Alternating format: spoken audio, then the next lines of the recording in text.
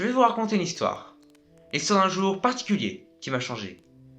Je travaillais à l'époque pour une entreprise énergétique. Un boulot plutôt normal. Du moins si on considère normal d'être envoyé saboter des installations comme concurrentes pour au final dire que la faute venait d'eux.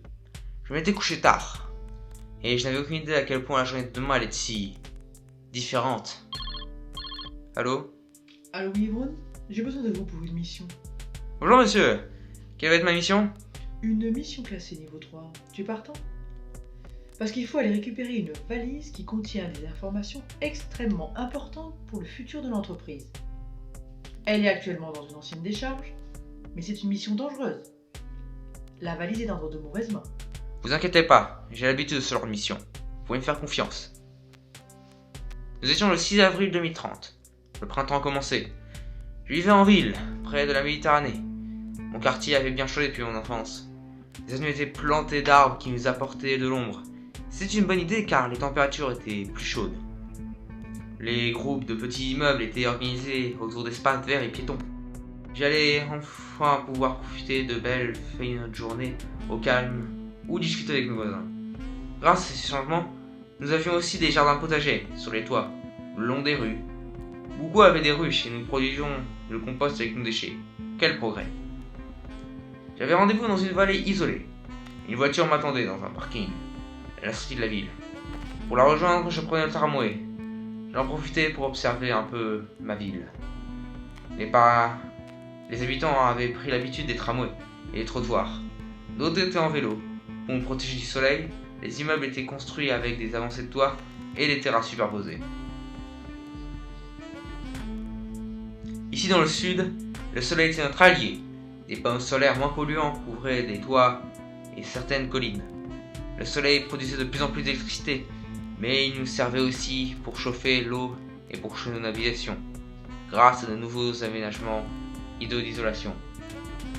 Ailleurs, l'énergie du vent et de la mer était en plein boom. Arrivé à la sortie de la ville, j'ai récupéré la voiture et je suis parti en mission. Sur le chemin, je continuais d'observer le paysage. Ce n'était pas rose. La ville s'était beaucoup étendue et les anciens champs avaient disparu sous les centres commerciaux. Toutes les habitations n'étaient pas rénovées. Pour la plupart des travailleurs, il fallait se loger dans ces quartiers moins agréables et faire un long trajet. Et c'est en me faisant ces réflexions que je suis arrivé au rendez-vous pour ma mission. Bon, reprenons. Je dois récupérer une mallette top secrète qui a été enlevée par un groupe engagé par des concurrents. Et au cas où si ça tourne mal, et je dois la récupérer. Au cas où si ça tournerait mal, je pourrais aussi me leur balancer une email dans la face pour éviter qu'ils tentent de me rattraper. Bon sang, vivement le moment où je pourrais enfin me casser de là et partir loin en vacances sur une plage propre. Et c'est là que j'ai vu deux oiseaux au loin. Bon, ils ne sont que deux. Je suppose que la mallette est dans leur voiture. Bon, elle est où cette email? Et c'est là que trois autres personnes sont sorties de nulle part. Je ferais pas ça si j'étais toi. La valise est électronique. Utiliser ce joujou la fera griller de l'intérieur. Oui, c'est mieux que tu dises rien. Je m'étais jamais fait attraper comme ça. Le plus vieux avait l'air d'un clodo, accompagné par un gars qui ressemblait à ma mère, en vieux. On avait dû le droguer. Bonjour Yvonne et bienvenue. Toi et moi, nous avons une mission. Mais nous avons peu de temps. Vois-tu, je suis le fantôme des temps passés. J'avais affaire à des fous, peut-être dangereux. Ça c'est sûr. Yvonne, te rappelles-tu 2022? En 2022, j'étais en année de seconde. C'était la grande épidémie de Covid. On rigolait avec les copains jusqu'à que l'un d'entre eux perde ses grands-parents. Les profs nous parlaient tout le temps d'orientation, de notes et de devoirs. Quelle bêtise! Nous parlaient d'avenir alors que la guerre revenait en Europe. Tu avais ton grand projet! À ce moment-là, je pensais qu'ils avaient piraté ma mémoire. Ou ils m'avaient agressé, j'étais dans un coma. Mais je me rappelais de mon projet. Je voulais travailler pour la planète. En 2022, les rapports du GIEC étaient alarmants. Il fallait agir pour contrôler les émissions de carbone, la hausse des températures. On ne devait pas dépasser un seuil de 1,5 degré. Et nous étions déjà à 1,2 degré. À 15 ans, j'avais déjà connu les inondations et la canicule en 2015. Et la tempête Alex en 2022. La banquise de l'Antarctique avait perdu 45% de sa taille. Et 100 espèces vivantes disparaissaient chaque jour. J'ai dû faire un travail de recherche pour un exposé en sciences. Et ce travail m'avait marqué. Je m'étais donné pour mission de réduire le niveau de CO2 dans le futur. Je pensais te retrouver dans les technologies des puits de carbone. C'est quoi ce bazar, Evron? Écoutez, je ne sais pas qui vous êtes, mais moi je dois juste récupérer cette mallette. J'ai un accord avec mon employeur, sois raisonnable, je suis accompagné. Tu travaillais sur les puits de carbone? T'en étais où de tes recherches? Les puits de carbone. Dans la nature, ce sont les forêts et les océans, mais ils n'étaient plus assez suffisants.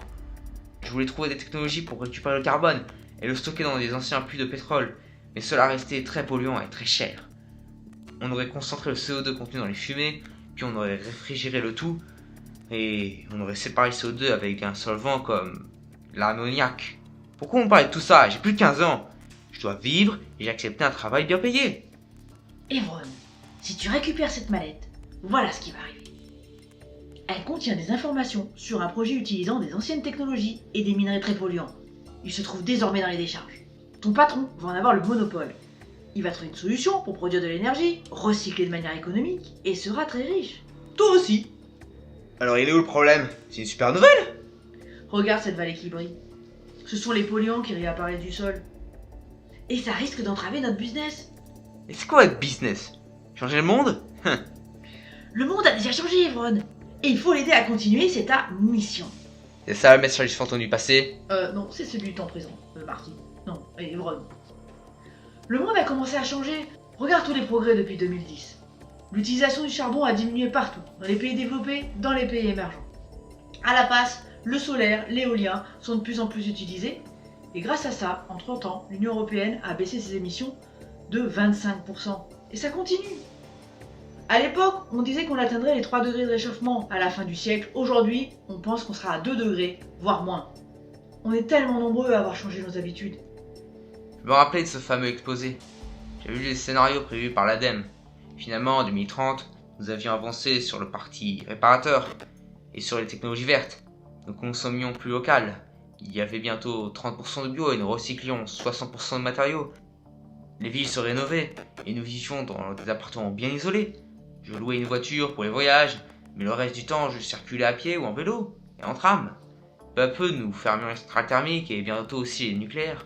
Je sais que la guerre en Ukraine nous a fait réfléchir sur l'utilisation de certaines énergies et on s'est vite habitué à un univers moins pollué. C'est le début. Mais regarde, tu travailles maintenant pour une entreprise qui récupère les ressources polluantes. Elles sont pas chères. Il faut pas s'arrêter en si bon chemin. Il faut pas avoir peur de changer, car beaucoup de problèmes restent à régler. On a déjà amélioré les villes, mais les beaux quartiers ne sont pas pour tout le monde. Elles continuent de grandir, les déplacements consomment beaucoup d'énergie. Nous avons besoin de temps et qu'on prenne nos projets au sérieux. Alors, viens visiter notre village et prends ta décision ensuite. Ce jour-là, j'étais aussi fou. Je suis allé visiter leur village de projets installés plus loin dans les vallées. C'était le futur, et il était beau. Ils avaient restauré les terrasses et la forêt pour cultiver près des ressources. Les différents bâtiments accueillaient des chercheurs et des bricoleurs, des jeunes, des vieux, des travailleurs de toutes compétences. Emma travaillait sur un site de culture qui récupérait l'eau de la rosée et des plantes qui pour garder l'humidité. Elle avait fait un stage en Jordanie sur un site du Sahara Project. Almer avait un atelier où il recherchait comment produire l'électricité avec des algues de chlorène. Il pensait équiper des serres ou des installations. Ray travaillait sur les plantes qui captaient le plus de CO2. Son projet fou, le stockage du carbone dans des plantes à plus longues racines, ou des végétaux ensuite enterrés pour refaire de l'engrais. Il était resté plein d'envie de créer. Il voulait réinventer, mais aussi changer leur habitat, prendre soin des terres, des êtres vivants, consommer autrement et moins en réparant et en transformant, mais aussi vivre dans des lieux plus humains, qui imitent les déplacements et qui prennent moins d'espace. Après, j'ai changé de vie, je les ai rejoints. J'ai eu une nouvelle mission, créer au lieu de casser. On m'a plusieurs fois donné le rôle d'assembler des prototypes de projets les plus fous. J'ai été aux premières loges pour assister à une véritable révolution, et je prépare aujourd'hui la première colonie scientifique martienne. Et pour être honnête, si j'avais refusé leur offre, déjà, je serais très probablement pas là aujourd'hui, mais surtout, j'aurais pas pu participer à tout ça. J'ai quand même une énigme. Le monsieur qui accompagnait le clodo m'a donné une boîte. En fait, ma boîte, une capsule temporelle que j'avais créée en 2015, avec des images de ma vie et comment je voyais le futur. Comment avait-il pu la trouver? Sinon, tu veux du café, Ray? Bien sûr. Mais au fait, qu'est-ce que le café?